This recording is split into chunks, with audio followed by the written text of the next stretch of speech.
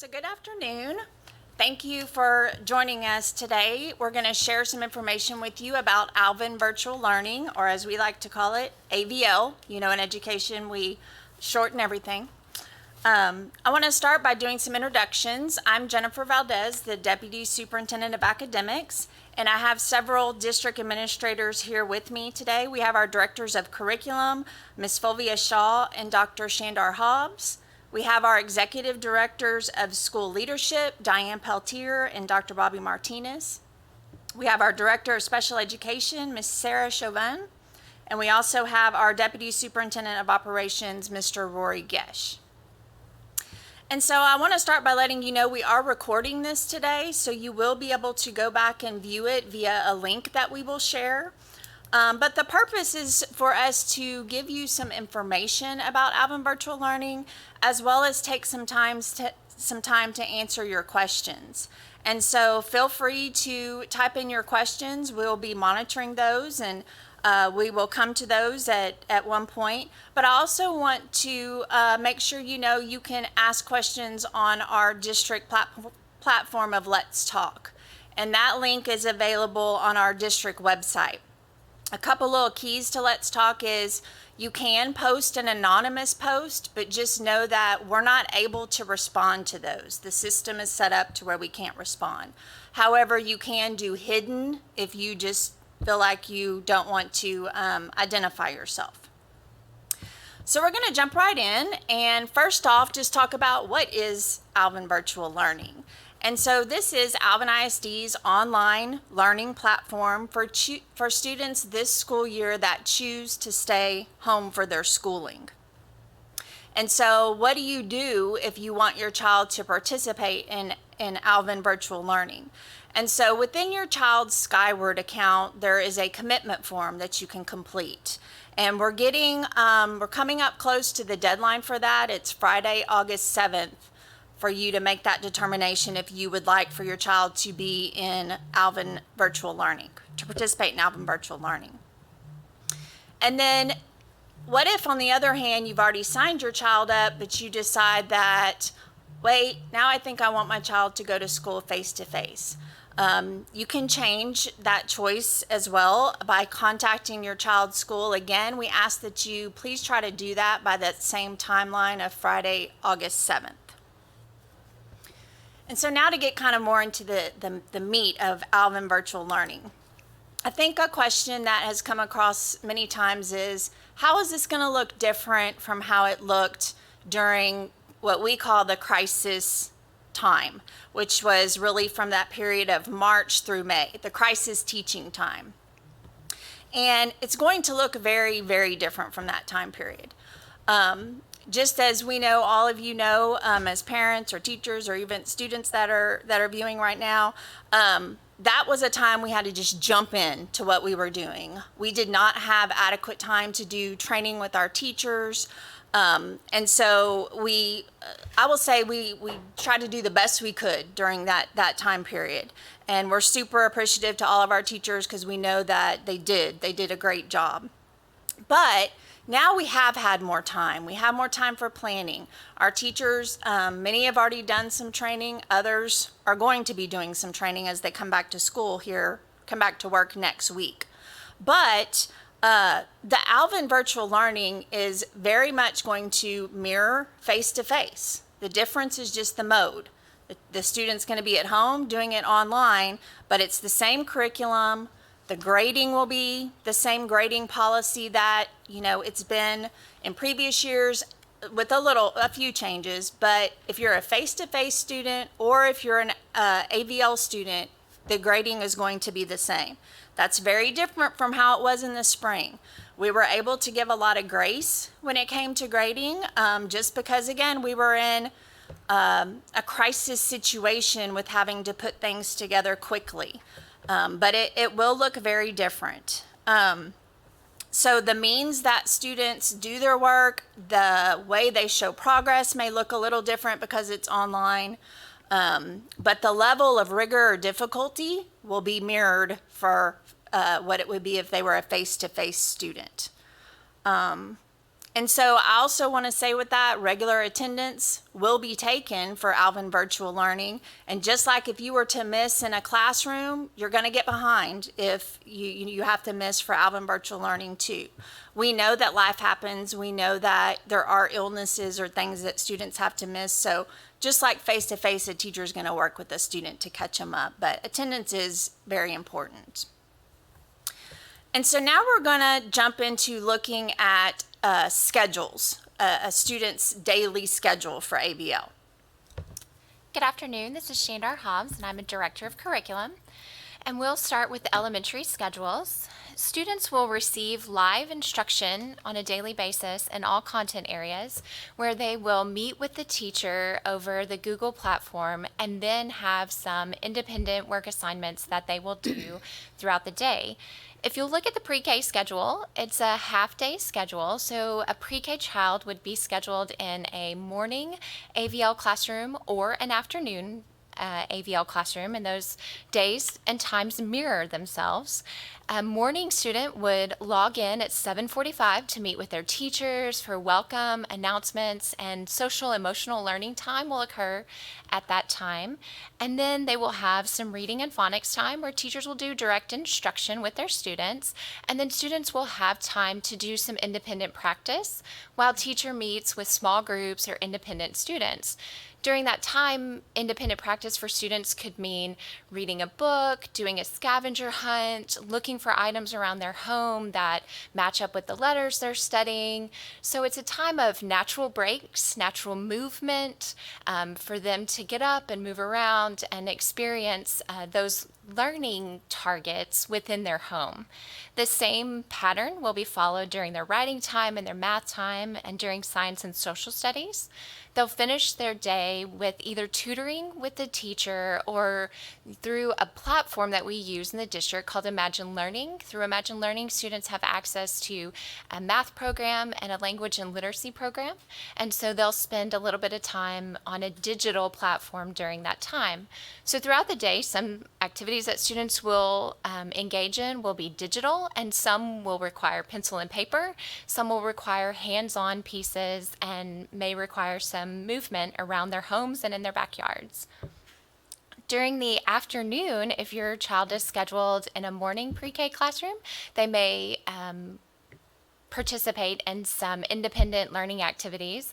And the flip would be true if they're scheduled in an afternoon pre-K classroom live with their teacher. They may do some independent activities during that morning time. Our kinder through second grade AVL students will start their day at 7:45, logged in with their teacher for welcome and announcements, and they'll jump right into reading instruction at 8 o'clock live with the teacher. They will have instruction that's appropriate for their grade level. So it may be 5 to 7 minutes of direct instruction. There may be some shared practice where they may read things together. They may be playing games and engaging in phonics activities. And then students will be assigned independent activities that they will work on during that time. While students are independently working on things that may require pencil and paper, that may require hands-on activities, that may require some movement, a teacher will be meeting in small groups with students to reinforce the skills that they're learning. That same cycle will continue itself through writing, social studies, and math and science throughout the day. So natural breaks will be built in when we move into small groups. Students will take restroom breaks, they'll take brain breaks and movement breaks during that time. During the lunch and specials time, in the middle of their day, they will have a built-in lunch break and then time for them to do independent activities in fine arts and PE that will be scheduled for them through their Google Classroom platform. Our K-2 students will end their day at 3:25, either in a small group tutoring session with their teacher or through the Imagine Learning platform as well. Our third through fifth grade AVL students will have a schedule similar to this, but they may start their day in reading or math depending on their grade level teacher, whether their homeroom teacher is a math teacher or whether their homeroom teacher is a reading teacher. They will have direct math instruction If their homeroom teacher is math, and then there may be some small group instruction, there may be some independent practice. Again, these activities that they'll do during independent practice may include digital activities, they may include pencil paper activities, they may include small group activities, depending on what's appropriate at that time in the activities that they're completing. And then that same cycle will continue itself with science, social studies, reading and writing throughout the day. Again, their lunch and specials will be built in from 11 to 12:15 every day. So that will be independent time for them to complete fine arts and PE activities and take their lunch break. Their day will again end either with word study or tutoring if they have math in the morning, or it will complete with social studies or tutoring if they have reading and language arts in the morning. Now for our secondary schedules. Let me jump in just real quick. We are hearing from some of you that you cannot read the slides very well. They may be difficult to read. We will post these schedules by this evening on our district website. Good afternoon. I'm Fulvia Shaw, one of the directors of curriculum, and I'm going to walk through with you the junior high schedule for virtual learning. And so in looking at our virtual learning schedule for junior high, what parents might want to know is that the face-to-face and the virtual schedule will look the same. One thing you do want to note is that our school day starts at 8:30. This also means that students will have first period every day because the way the schedule has been structured is on a block. And what that means that they do have first period every day, but they will see their second, fourth, and sixth period class every other day, and their third, fifth, and seventh on alternate days. So when you look at their fourth and fifth period class, they do have an additional 20 minutes built in, which gives campuses the flexibility to use the time to address the social emotional learning and or tutoring depending on the needs of the campuses. In looking at all counselors and their schedules, as parents, you might want to know that all counselors, including elementary counselors, are working collaboratively to ensure that we are creating appropriate lessons that will support not only the needs of our students, but also the needs of our staff. We know that our teachers will need help and guidance in meeting the needs of our students and provide that high quality social emotional instruction. And now we're going to transition to our high school schedule. In looking at our high school schedule, it's a 7-period day, and just like the junior high, it's a mix of synchronous and asynchronous, which means that students will be working on their own. Some of the junior high and high school electives will be heavier asynchronous instruction due to teachers teaching sections of in-person and virtual instruction. Also, something to note is that there are 48-minute periods with 8-minute passing periods to minimize the number of students in the hallway. We also have created 4 lunches built in. For those students who have enrolled in CTE courses, their schedules will look slightly different because some may need to come to JBH in person at designated times. Also, in looking at the high school schedule, their day has been extended by 15 minutes, and the school day ends at 3 o'clock. By extending the school day by 15 minutes, this allows for non-traditional and creative ideas to transition from class to class. For example, the campus would have the flexibility to dismiss by classroom, by hallway, by alpha, by teacher, etc., again, in working to minimize the number of students in the hallway. The face-to-face schedule will mirror the virtual schedule, and 5th period also has about 20 to 25 minutes built in, which gives the campus the flexibility to address the social and emotional lessons that students will need, and these activities will be led by our school counselors. And now I'm going to turn it over to Diane Peltier, which will be discussing virtual platforms that will be used during AVL. Thank you, Ms. Shaw. Our virtual platform will be Google Classroom, and through that Google Classroom, a teacher will load and invite the students in her class. What this means is that it is not an open platform. Students will have to be invited by their teacher to join that Google Classroom. And within Google Classroom, there is another feature called Google Meet, which is where the live teaching, the live synchronous teaching will take place. In a Google Meet, students can see their teacher teaching live. A teacher can also demonstrate a skill, use manipulatives. A teacher can load a presentation in for students to see. But students can also see each other. They can not only see the teacher, they can also see each other, and they can respond live in real time. So the teacher is able to have real conversations with students, get feedback, ask questions, and receive feedback from students through Google Meet. Another program that the district will be using is called Nearpod, which is a student engagement platform. And Nearpod integrates very nicely with Google Classroom and Google Meet. And Nearpod can be used for formative assessments, for quizzes, interactive lessons, a video that supports a lesson that the teacher is using. And those items through Nearpod can be seamlessly integrated into Google Classroom. So there's no need for students to go outside of Google Classroom to participate in other activities that will be engaging and interactive and exciting for students to participate in. And then finally, we've been asked how students will turn in their work.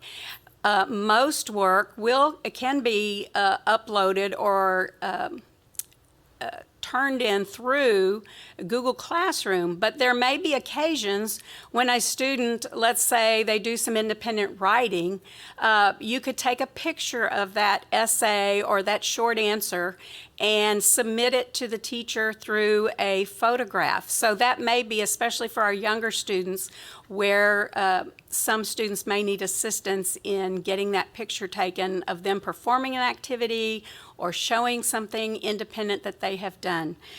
Also, I want to reiterate that through Google Classroom, the teacher will be instructing students during those first few days on the different features of Google Classroom and how to use Google Classroom. So there's also going to be an additional parent resource for parents on Google Classroom, and we hope that is available by August 14th so that our parents can learn a little bit more about Google Classroom and how they can assist their students in being successful through this platform. We'd like to take some time now to discuss special programs, so I'd like to turn it over to our Director of Federal and Special Programs, Sarah Chauvin. Thank you very much. So throughout this process, we've acknowledged that we do have some students who have some unique needs that we need to address in our AVL platform. For students who are participating in our bilingual programming, our one-way dual language programming, those students will be assigned an AVL bilingual teacher who will work with them following schedules that we had discussed earlier. For our students who participate in our two-way dual language programs at Merrick and Passmore, those students will continue to receive instruction from their teacher on those designated campuses. For our students who receive special education services, those students will continue to receive those special education services with the special education teachers on their campus. We realize that those services are very specialized, and so we are going to be working with our teachers. They will reach out to parents at the week of August 10th to begin conversations to develop online virtual plans that will meet the individualized needs of their students. I will pass it on to Bobby Martinez to share some information about some of our other special programs. All right, so good afternoon. Again, my name is Bobby Martinez. I'm an Executive Director of School Leadership, and I'm also happy to support our students and staff and families in our advanced programs. And so I want to share a little bit about, I'm going to start with our Wings in STEM program. I've gotten a few questions about that, and we've already had some informational meetings with those parents specifically, but that is those are two programs that we are unfortunately unable to offer those in a virtual format. The program, however, we will meet the needs of students that are in those programs through various options. And one of those is ensuring that the course progression for the students. And so those students would then return to the Wings or STEM program upon face-to-face instruction. And so one of our important priorities with that is just building in some collaboration time for those students. Although they may not be face-to-face with their peers, that they have opportunities to collaborate in a virtual setting so that we can continue that cohort experience for them. And so that's a little about our Wings in STEM program. So when you look at MAPS, students that are in MAP, first of all, I want to thank, we have a lot of students that we still needed to test from the spring. And so this summer we had a lot of testing happening. We've still got some follow-up testing tomorrow for some of our MAP, potential MAP students. And so, again, thank everyone who's assisted with testing. But one of the ways that we're going to continue MAP virtually is that we are going to ensure that students have specifically their math and science course for MAP. There will be virtual options for those students along with humanities. And so we are extremely committed to making sure that we provide all of those courses for our students in the MAP program.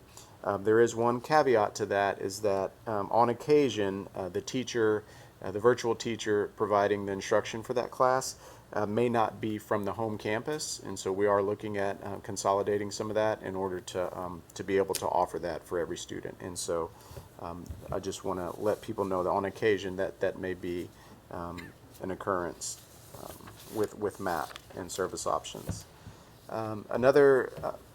An area that we've gotten a few questions about is elementary GT services, and so I just wanted to ensure everyone that if a student is participating in Alvin Virtual Learning, that student, if they're identified GT, will still receive services.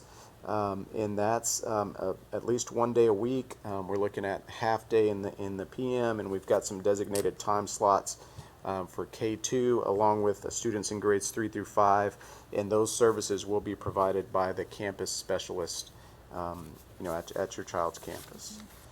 Another area where we get a few questions in just a student who is in AP coursework, possibly at the junior high or high school level, or a student in APA, and if you'll remember, we switched the pre-AP to the APA, and so that's Alvin ISD Pathway to Advancement.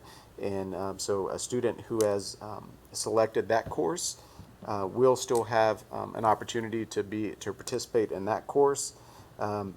Our AP courses at the high school level likely will be a blend between synchronous and asynchronous, just depending on the content, depending on the enrollment. It is important to note that if the course wasn't offered at the high school in the spring, there's certain courses, then that would not be an option for the student in the virtual setting. One of the things is they wouldn't be able to return to that course at their home campus if they were to return. So that's one of the reasons that we weren't able to offer that. But for the most part, we are looking at being able to offer all of our AP and our APA courses for both our high school and junior high students. I will say that when looking at the instruction, we are looking into some possible remote options just for a small designated number of our advanced courses.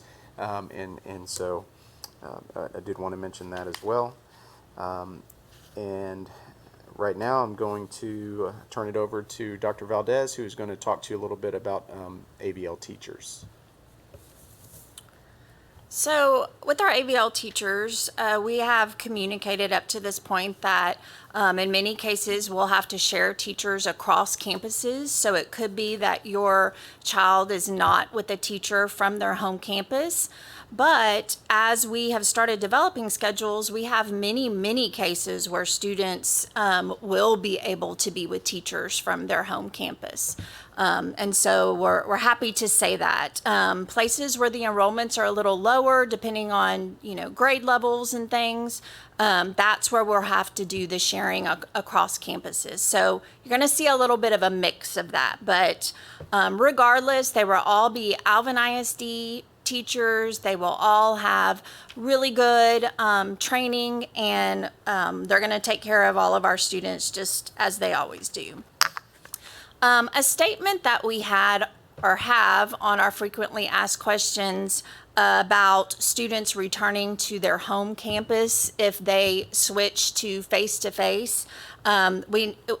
It's been a little concerning to many of you, and we've gotten a question several times of, oh my goodness, they may not be able to go back to their home campus. And so I want to reassure you and say that every effort is going to be made for a child to go to their home campus if they go back to face-to-face.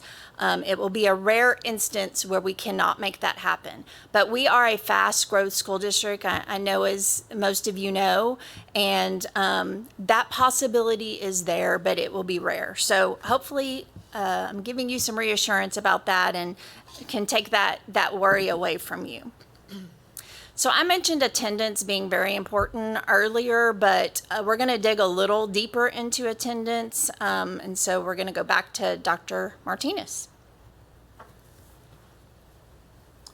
Okay, so I did want to just kind of speak a little bit about attendance, and so we're still going to be held to attendance expectations in the virtual format as we would face-to-face. And so, we had our curriculum directors review the schedules, and so it'll be very important that our students follow those schedules if they are in a virtual format. Engagement verifying of attendance may be shown through progress during the school day, progress in the classroom, submission of assignments. And so that's something that our virtual teachers, both in the synchronous and asynchronous format, are going to be looking for.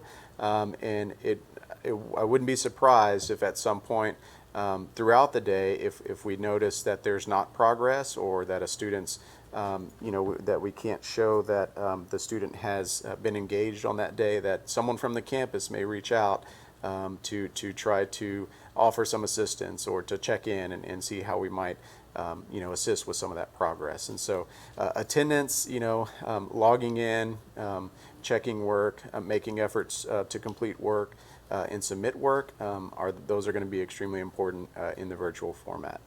Another thing that I wanted to mention was about the need for a device and why it's recommended that a student has access to either a desktop or a laptop, just because the unique needs of the schedules for students at different levels and the requirements for students to be logged in synchronously requires that each student have access to that device. And so that's going to be extremely important for a virtual learner, just because there may be times where they need to be in, and not just for the live instruction, but there could be a small group component to that. And so it's really important, and so we highly suggest a laptop or a desktop. The reason tablets may not work is just because when you talk about uploading of assignments, there's sometimes difficulty with uploading some of those assignments, and then just compatibility with some of our platforms like Google are a must. And so again, just wanted to stress the importance of the laptop or a desktop. And at this time, I'm going to pass it over to Ms. Shaw, who is going to speak a little bit about materials. So some of the questions that have been asked as far as virtual learning, what are additional materials that will be needed from school? For example, math manipulatives, consumables, perhaps lab materials.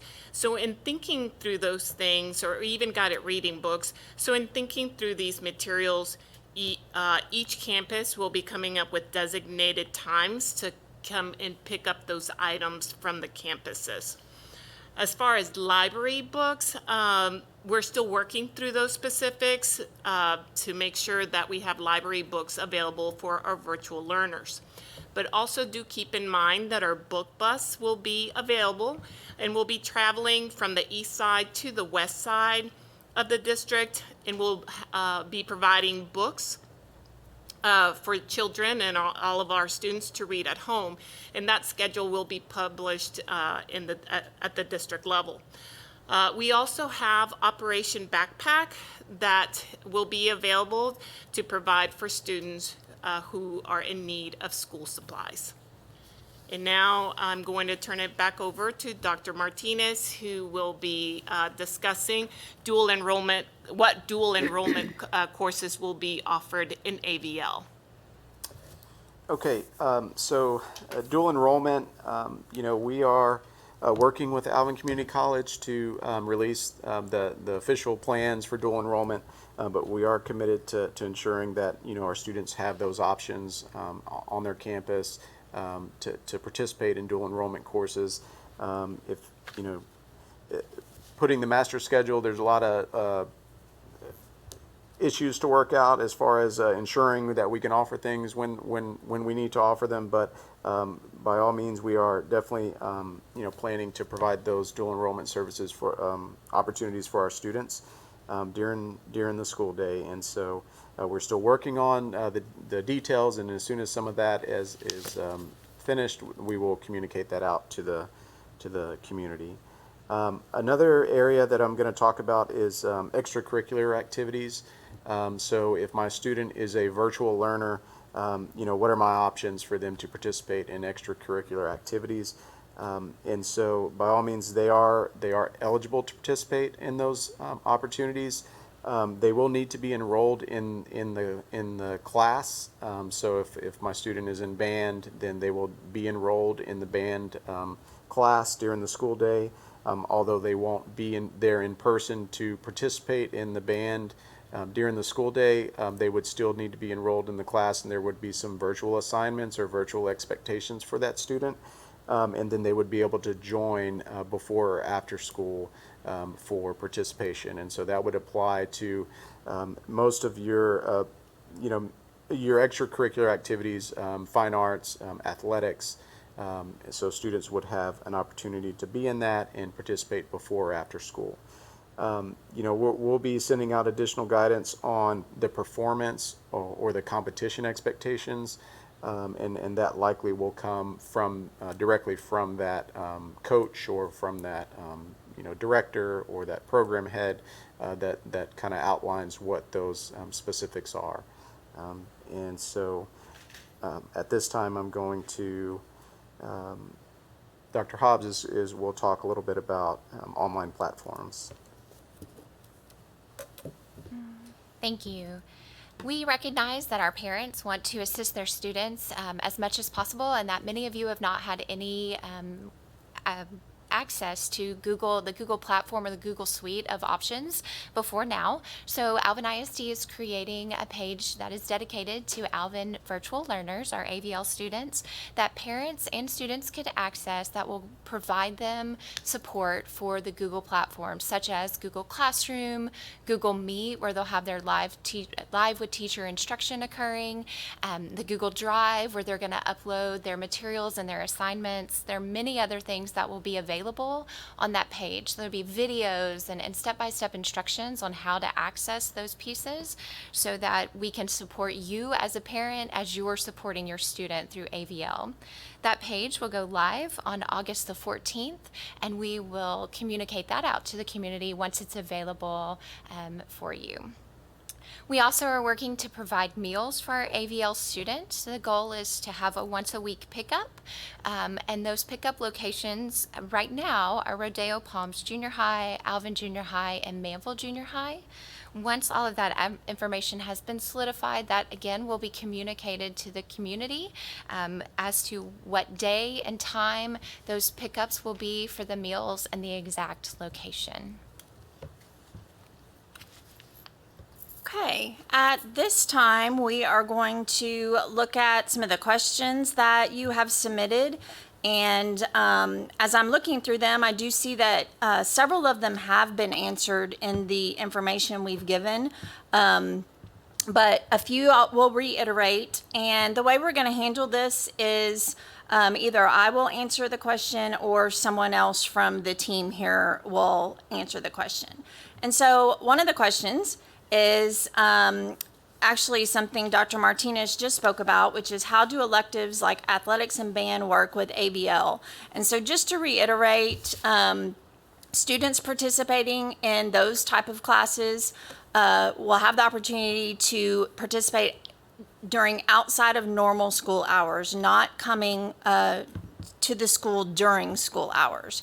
However, they are going to have to be enrolled in the classes for those, just like they have to be if they're a face-to-face student. Another question we did talk about, but I just know this is a real worry for you and for many of you, so I'll just reiterate again.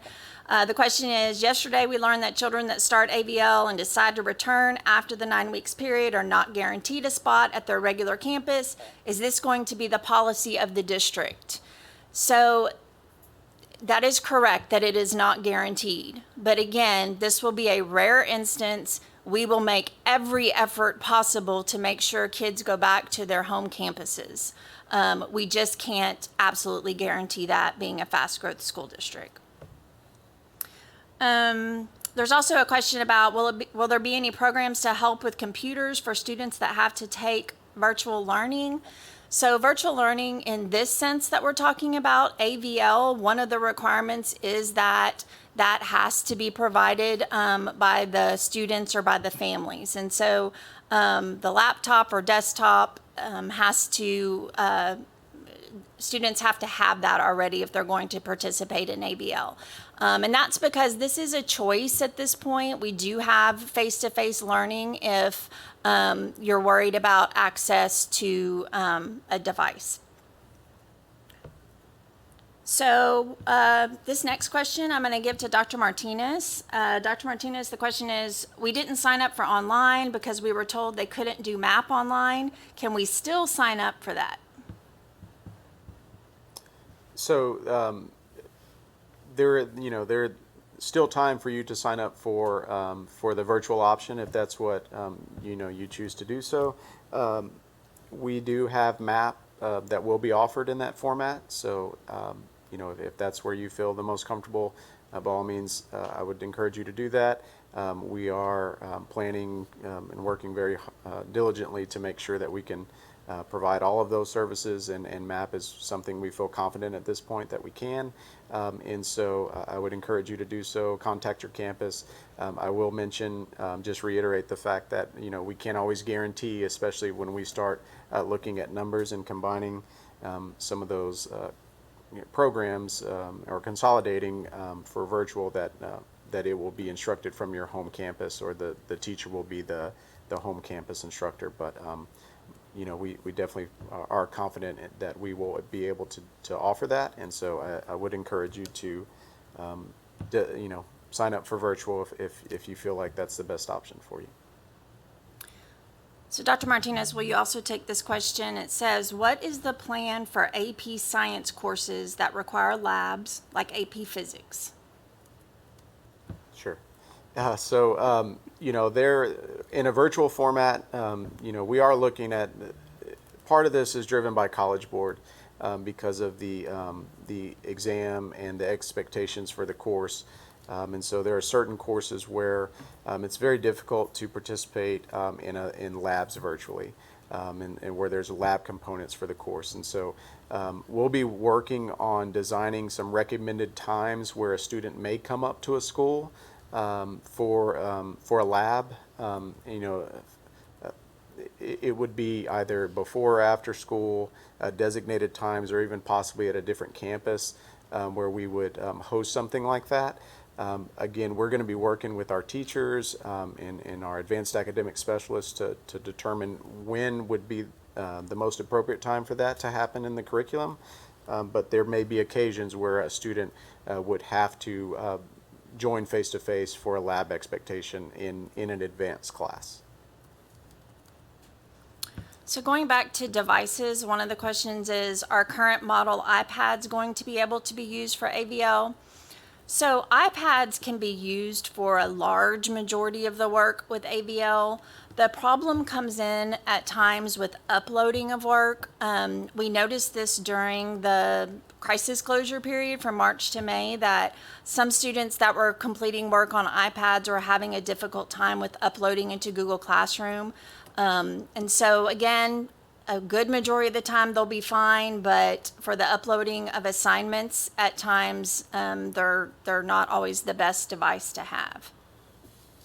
So Ms. Peltier, would you answer this? Will my multiple children really have to eat lunch separately as scheduled? Good question. The schedule that was developed, we do have a K2 AVL schedule and a 3-5 AVL schedule. I don't have the schedule in front of me. They have similar times. They're very close. If they're not exact, they're very close. And we've combined the lunch time along with the specials time, the time for students to do independent work or do art, music, PE assignments. So there's some flexibility in there. We call it a lunch/specials time. So I believe for the most part, elementary age students should be able to eat together. They may work on a project before they eat, having lunch in the middle of that. Again, there's some flexibility for families to do what works for them. We specify it as lunch, but then there's that period afterwards. So there is some flexibility for families to be able to eat lunch together. Thank you.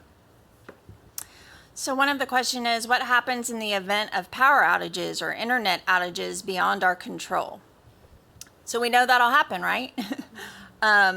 Unfortunately, that happens even for us on occasion in our schools. And so if that happens and you're an AVL student working at home, we will communicate a process for you to be able to communicate with the school so that the teacher can be made aware.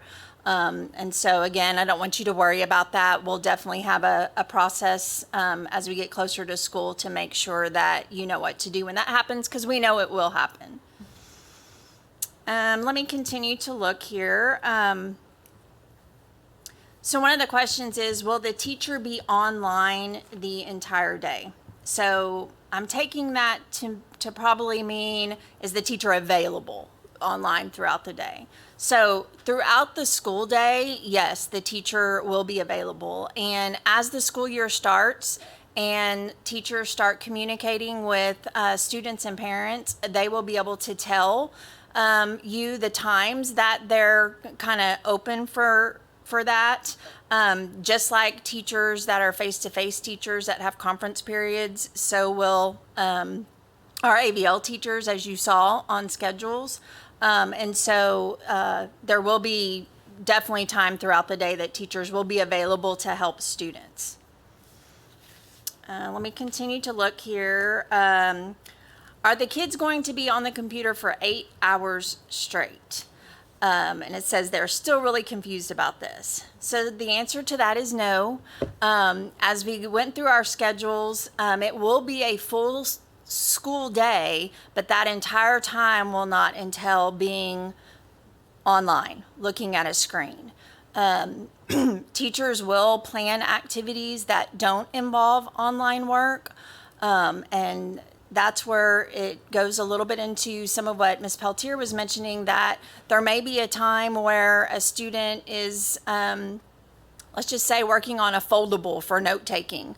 And they may have to have a picture taken of that and then submitted. So that wouldn't be time that they would be online. But there will be several instances like that throughout the day. So again, I want to give reassurance that our teachers are going to take care of students. We know what's developmentally appropriate as far as screen time for kids.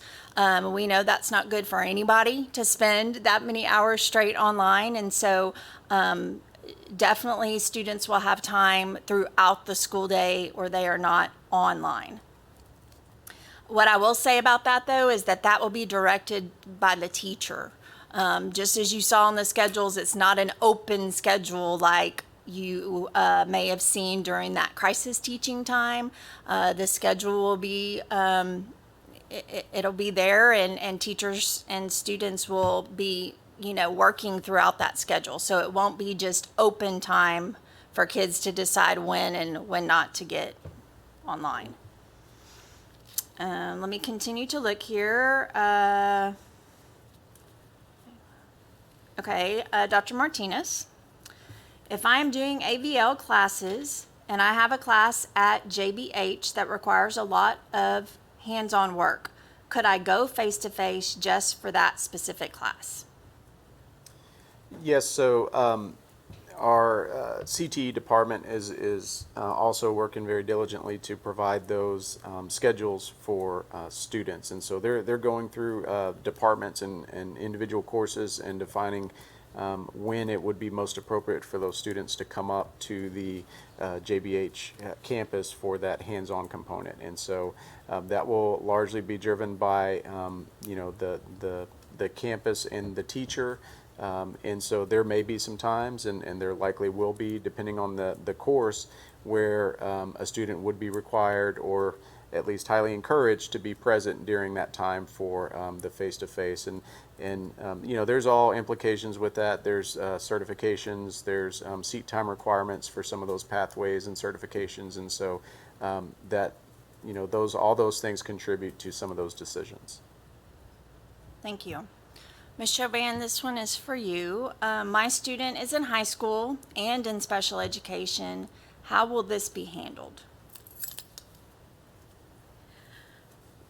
Your child's special education teacher, special education case manager will be reviewing the student's individualized education plan to work with families to make a recommendation on what that student's special education services will look like. For our students who are receiving direct special education services, we are collaborating with our teachers and have established some guidelines of what will be direct face time with students and what kind of scheduling and collaboration we will have with families to provide that more specialized instruction. Thank you. So this question says, will kids have access to textbooks to assist with virtual learning, or will all instruction materials be uploaded in Google Classroom? And so many of our textbooks are in digital format. For ones that are not, if a teacher plans a lesson in which those would be used, we would need to make sure that students had access to those. But I will say, by and large, the materials that students will need to access their lessons will be uploaded into Google Classroom for students to be able to easily access. So we're going to do a couple more questions and then wrap this up. So one of the questions is, when will the students find out who their teachers will be? So if your student has been in school for a few years, you know that in the days leading up right before school starts, they typically, if they're a secondary student, get their class schedule, or if they're an elementary student, they find out the name of their teacher. Processes will be put in place for students to get that information, AVL students, but realistically, I want to say that that could be in just the days right before school starts this year for AVL students. And that is because even with the deadline of AVL being this Friday, there is There is much work to be done to place students in ABL classrooms. It's very individualized, especially with secondary students, and so this is taking us some time. And so just to really manage those expectations, it may be a little later than when you're used to getting it for school starting, but we will do our best to get it out as early as possible. Let's see.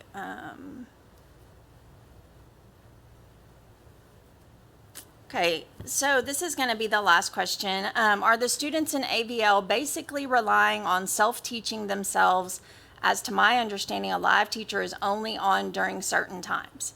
So as you saw with the schedules that were presented, teachers will be online on, yes, some prescribed times along with students. And so there will be live teaching happening. There will also be at times pre-recorded lessons that are put on for students.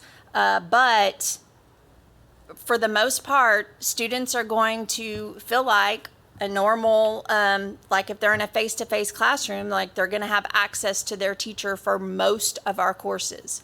Some places where that won't be as possible are some of our elective areas. You'll see that things are more put in for students to go through on their own. But even with that, as you heard with attendance, there has to be some time daily that teachers are able to give students feedback. And so that kind of speaks back to how this is going to be so different than it was in the spring. There were times we know that students were just given work to do, and there wasn't as much access to teachers, and it will not be that way at all with ABL. But with that said, we also know that we heard from many parents that they were having to supplement the teaching piece so much, and we are doing our best to set up ABL to where parents, you don't have to be the teacher. We do, as we've said, we have teachers that will be working throughout the day with students. That doesn't mean that from time to time students aren't going to need some assistance, especially some of our younger students with uploading of assignments and things like that. But we will have our teachers working with students, and as parents, maybe we can think of it more as like a learning coach that's there, at times as needed. Well, I want to say if we didn't get to your question that you posted, as I mentioned at the beginning, you can also post it on Let's Talk. We answer those questions very quickly, and so you can be sure that you will get your answer. I hope that this idea of AVL that kind of seemed kind of out there is maybe a little more tangible now that we've been able to explain it more. And just know that there's lots of folks to reach out to. First line of communication is always your campus because they have the most up-to-date information for your particular child's teacher and schedule and things like that. But at the district level, we are always here to assist as well. So thank you again, and we know this is going to be a great school year for our students, whether they're participating virtually or whether they're face-to-face with this. Have a good evening.